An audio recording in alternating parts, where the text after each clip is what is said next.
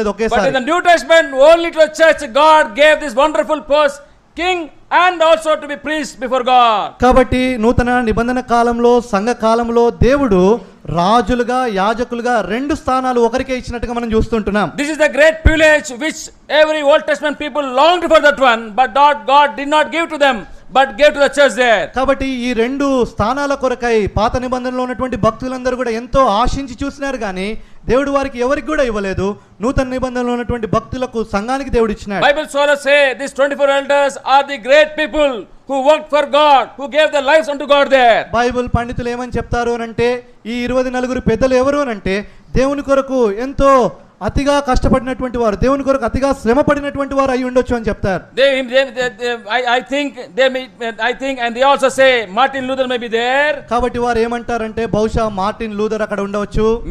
Maybe I am saying all may be there. అదా ఉండవచ్చు అనే మాటను చెప్తున్నాను. And not only that one, అంత మాత్రమే కాదు, they say there John Wesley may be there. వారు చెప్పేటటువంటి మాట ఏంటిదంటే జాన్ వెస్లీ గారు ఉండవచ్చు, John Stanley may be there. John Stanley గారు ఉండవచ్చు, Maybe Charles Finney may be there. Maybe Charles Finn గారు ఉండవచ్చు, Billy Graham may be there. Billy Graham గారు ఉండవచ్చు, Watchman may be. వాచ్మెన్ గారు ఉండవచ్చు, Maybe William Carey may be there. బహుశా William Carey ఉండవచ్చు, Maybe Brother Bakshi may be there. బహుశా సహోదరుడు బక్సింగ్ గారు కూడా You ఉండవచ్చు. understand now? ఇప్పుడు అర్థమైంది కదా.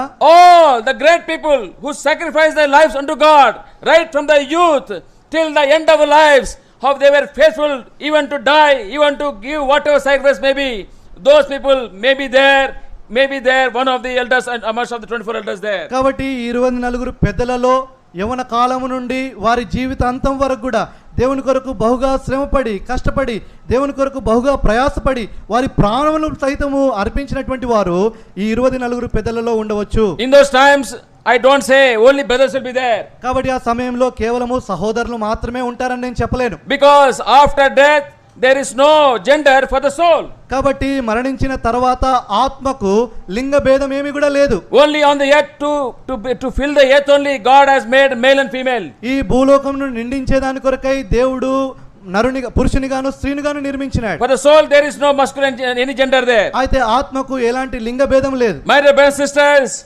ప్రియమైన సహోదరి సహోదరులారా, here in the 24 elders who and all will be there I don't know. కాబట్టి ఈ 24 పెద్దలలో ఎవరుంటారో మనం చెప్పలేం. These people are the people from the time of the church birth till the rapture who and all have sacrificed for the Lord more and done for the Lord more great acts. They are the people